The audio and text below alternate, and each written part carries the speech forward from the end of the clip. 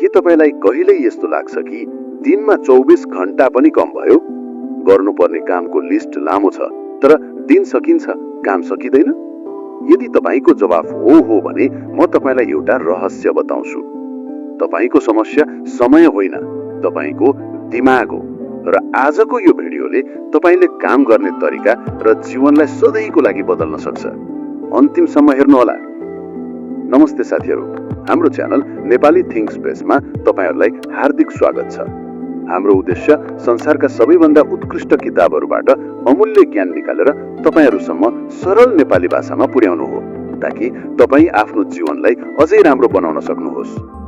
आज हामी कुरा गर्दैछौँ एउटा यस्तो किताबको बारेमा जसले मेरो सोच नै बदलिदियो। किताबको नाम हो mind management not time management र यसका लेखक हुन् डेभिड कदाबी। हामी सबैलाई लाग्छ कि सफल हुन धेरै भन्दा धेरै काम गर्नुपर्छ, टाइम म्यानेजमेन्ट गर्नुपर्छ, तर लेखक भन्छन् यो सोच नै गलत छ। हाम्रो दिमाग कुनै मेसिन होइन जुन 24 घण्टा एउटै गतिमा चल्छ।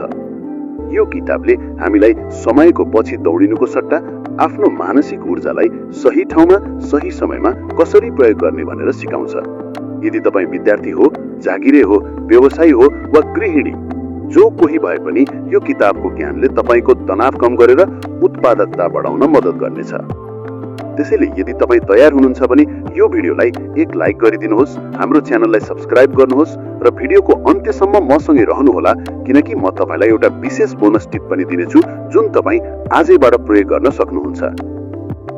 ल, अब सुरु गरौँ पहिलो र सबैभन्दा महत्त्वपूर्ण पाठबाट।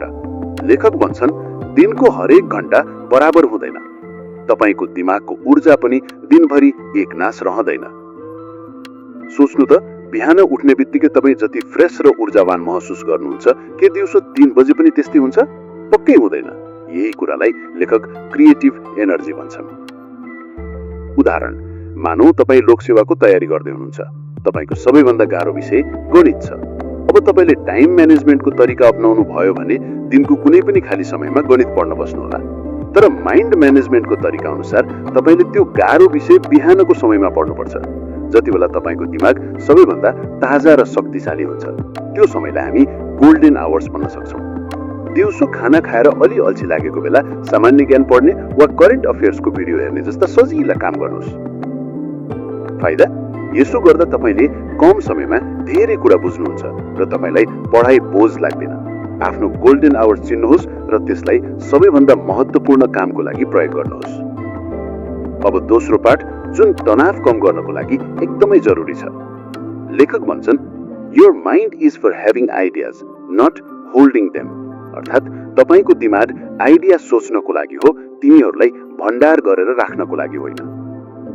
हामी के गर्छौँ? किन्नुपर्ने सामानको लिस्ट, फोन गर्नुपर्ने मान्छे, तिर्नुपर्ने बिल, भविष्यको योजना, सबै कुरा दिमागमै राख्छौँ। यसले हाम्रो दिमागलाई कम्प्युटरको र्याम जस्तै भरिदिन्छ र स्लो बनाउँछ। उदाहरण, सोच्नु त, दशैं आउन लाग्यो। तपाईको दिमागमा के चल्छ? ए, घर सफा गर्नु छ, लत्ता कपडा किन्नु छ, गाउँ जाने टिकट काट्नु छ, दक्षिणाको लागि नयाँ नोट साट्नु छ। यो सबै कुरा दिमागमा खेलाइरहनु भयो भने तनाव मात्र हुन्छ। यसको सट्टा एउटा सानो डायरी वा मोबाइलको नोटमा सबै कुरा लेख्नुहोस्। दशैंको तयारी भनेर लिस्ट बनाउनुहोस्। जब तपाईँ आफ्नो विचारलाई कागजमा उतार्नुहुन्छ, तपाईको दिमाग खाली र हलुका हुन्छ। यसलाई लेखक सेकेन्ड ब्रेन भन्नुहुन्छ। दोस्रो दिमाग बनाउनुहोस्। फाइदा, तपाईको दिमाग महत्त्वपूर्ण कुरा सोच्न र निर्णय लिनको लागि स्वतन्त्र हुन्छ। तपाईले सानोतिनो कुरा बिर्सने समस्याबाट पनि छुटकारा पाउनुहुन्छ। अब तेस्रो पाठमा जाउँ, जुन अलि गहिरो तर निकै रोचक छ। लेखक भन्छन् हाम्रो दिमागले विभिन्न प्रकारका कामहरू गर्नको लागि फरक फरक मोड वा अवस्थामा काम गर्छ। हामी मुख्य 3वटा अवस्थाको कुरा गरौँ। 1. जेनेरेट, अर्थात् सृजना गर्ने। यो अवस्थामा दिमागले नयाँ आइडियाहरू सोच्छ, ब्रेनस्टर्म गर्छ। 2. अर्गनाइज, अर्थात् व्यवस्थित गर्ने। यो अवस्थामा दिमागले ती आइडियाहरूलाई मिलाउँछ, योजना बनाउँछ। 3. एक्जिक्युट, अर्थात् कार्यान्वयन गर्ने। यो अवस्थामा दिमागले योजना अनुसार काम फत्ते गर्छ। उदाहरण, मानौ तपाईँ एउटा सानो रेस्टुरेन्ट चलाउनुहुन्छ र नयाँ मेनु बनाउन चाहनुहुन्छ। जेनेरेट स्टेट, एक दिन बिहान शान्त ठाउँमा बसेर के नयाँ परिकार राख्न सकिन्छ भनेर सोच्नुहोस्। जे दिमागमा आउँछ सबै लेख्नुहोस्, जस्तै चिकन मोमो, बफ चाउमिन, भेज पिज्जा आदि। यो तपाईको जेनरेटको समय भयो। Organise state. अर्को दिन ती आइडियाहरूलाई हेरेर कुन परिकार बनाउन सम्भव छ, कति खर्च लाग्छ, कसरी मूल्य निर्धारण गर्ने भनेर योजना बनाउनुस्। यो अर्गनाइजको समय भयो। अब सेफसँग कुरा गरेर रेसिपी फाइनल गर्ने, मेनु प्रिन्ट गर्न दिने र ग्राहकलाई सर्भ गर्ने काम गर्नुस्। यो एक्जिक्युटको समय भयो। फाइदा। जब तपाईँ सही मानसिक अवस्थामा सही काम गर्नुहुन्छ, तपाईको कामको गुणस्तर धेरै राम्रो हुन्छ र तपाईँ अलमलमा पर्नुहुन्न। र आजको अन्तिम तर उत्तिकै महत्त्वपूर्ण पाठ हो आरामको महत्त्व। हाम्रो समाजमा जो धेरै खट्छ उही सफल हुन्छ भन्ने सोच छ। हामी आराम गर्नुलाई अल्छीपन ठान्छौँ, तर यो एकदमै गलत हो। जसरी मोबाइललाई चार्ज नगरी चलाउन सकिँदैन, त्यसरी नै दिमागलाई आराम नदिइकन राम्रो काम लिन सकिँदैन। आराम गर्नु भनेको समयको बर्बादी होइन, यो ऊर्जा रिचार्ज गर्ने प्रक्रिया हो। उदाहरण, तपाईँ दिनभरि अफिसको काम गरेर थाक्नु भएको छ। घर आएर पनि ल्यापटप खोलेर बस्नुको सट्टा 15-20 मिनट परिवारसँग बसेर चिया गफ गर्नुहोस्, बाहिर एकछिन हिँड्नुहोस् वा आफ्नो मन परेको गीत सुन्नुहोस्। यो छोटो ब्रेकले तपाईको दिमागलाई रिचार्ज गर्छ। त्यसपछि तपाईले गर्ने काममा अझ बढी ध्यान केन्द्रित गर्न सक्नुहुन्छ। लगातार काम गर्दा हाम्रो दिमाग थाक्छ र गल्ती गर्ने सम्भावना बढ्छ। सही तरिकाले आराम गर्दा तपाईको रचनात्मकता, क्रिएटिभिटी बढ्छ, तनाव कम हुन्छ र तपाईँ बर्नआउटबाट बस्नुहुन्छ। ल साथीहरू, हामीले आज 4वटा शक्तिशाली पाठहरू सिक्यौं। आउनुस् यसलाई छोटकरीमा हेरौं। 1. समयलाई होइन, आफ्नो ऊर्जालाई म्यानेज गर्नुस्। आफ्नो गोल्डन आवर्समा सबैभन्दा महत्त्वपूर्ण काम गर्नुस्। 2. आफ्नो दिमागलाई डायरी वा एप युज गरेर खाली राख्नुस्, तनाव मुक्त रहनुस्। 3. आफ्नो मेन्टल स्टेट अर्थात् जेनरेट, अर्गनाइज र एक्जिक्युट अनुसार काम छुट्याउनुस्। 4. आराम गर्नु अल्छीपन होइन, यो रिचार्ज गर्ने प्रक्रिया हो। अब प्रश्न आउँछ, यसलाई आफ्नो जीवनमा कसरी लागू गर्ने? म तपाईलाई तुरुन्तै सुरु गर्न मिल्ने 3वटा व्यवहारिक कदमहरू दिन्छु। 1. आजै एउटा सानो डायरी किन्नुहोस् र राति सुत्नुभन्दा अगाडि भोलि गर्नुपर्ने सबै कामहरू त्यसमा लेख्ने बानी बसाल्नुहोस्। तपाईको निद्रा गहिरो हुनेछ। 2. भोलिको बिहानको पहिलो 1 घण्टा आफ्नो मोबाइल नचलाइकिन त्यो एउटा काम गर्नुहोस् जुन तपाईको लागि सबैभन्दा महत्त्वपूर्ण छ, चाहे त्यो पढाइ होस्, एक्सरसाइज होस् वा कुनै योजना बनाउने काम होस्। 3. एउटा जब अल्छी लाग्छ लिस्ट बनाउनुहोस्।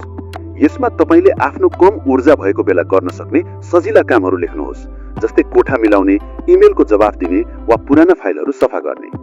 यी साना कदमहरूले तपाईको जीवनमा ठूलो परिवर्तन ल्याउन सक्छन्। विश्वास गर्नुहोस्, तपाईले आफ्नो समयलाई होइन, आफ्नो दिमागलाई नियन्त्रण गर्न सक्नुभयो भने तपाईलाई कसैले रोक्न सक्दैन। भिडियो अन्तिमसम्म हेरिदिनु भएकोमा तपाईहरुलाई धेरै धेरै धन्यवाद। मलाई आशा छ माइन्ड म्यानेजमेन्ट नट टाइम म्यानेजमेन्टको यो सारांशले तपाईलाई केही नयाँ सोच्ने तरिका दिएको छ। किताबको मुख्य सन्देश यही हो, व्यस्त देखिनु र साँच्चै उत्पादक हुनुमा धेरै फरक छ। आफ्नो दिमागको शक्तिलाई चिन्नुहोस् र त्यसलाई बुद्धिमानीपूर्वक प्रयोग गर्नुहोस्। अब समय भएको छ बोनस टिपको। कहिलेकाहीँ कुनै काममा ध्यान लगाउन गाह्रो हुन्छ नि, त्यस्तो बेला द स्लिङशट मेथड प्रयोग गर्नुहोस्। 15-20 मिनटको लागि त्यो कामबाट जबरजस्ती ब्रेक लिनुहोस् र पुरै फरक काम गर्नुहोस्। जस्तै 5 मिनट हिँड्नुहोस्, पानी पिउनुहोस् वा कसैसँग छोटो कुरा गर्नुहोस्। जब तपाईँ काममा फर्किनुहुन्छ, तपाईको ध्यान गुलेलीबाट छुटेको ढुङ्गा जस्तै तेजिलो भएको पाउनुहुनेछ। यदि तपाईलाई यो भिडियो मन पर्यो र केही सिक्न पाउनुभयो भने कृपया यो भिडियोलाई लाइक गर्न नबिर्सनुहोला। हाम्रो च्यानललाई सब्स्क्राइब गर्नुहोस्, किनकि हामी यस्तै जीवन बदल्ने किताबहरूको सारांश नेपालीमा लिएर आउँछौँ। तपाईलाई यो किताबको कुन पाठ सबैभन्दा राम्रो लाग्यो र तपाईँ आफ्नो जीवनमा कुन टिप लागू गर्न चाहनुहुन्छ, तल कमेन्ट सेक्सनमा हामीलाई बताउनुहोस्। र अन्त्यमा यो भिडियो आफ्नो साथीभाइ र परिवारसँग सेयर गर्नुहोस् जसलाई यो ज्ञानको आवश्यकता हुन सक्छ। धन्यवाद।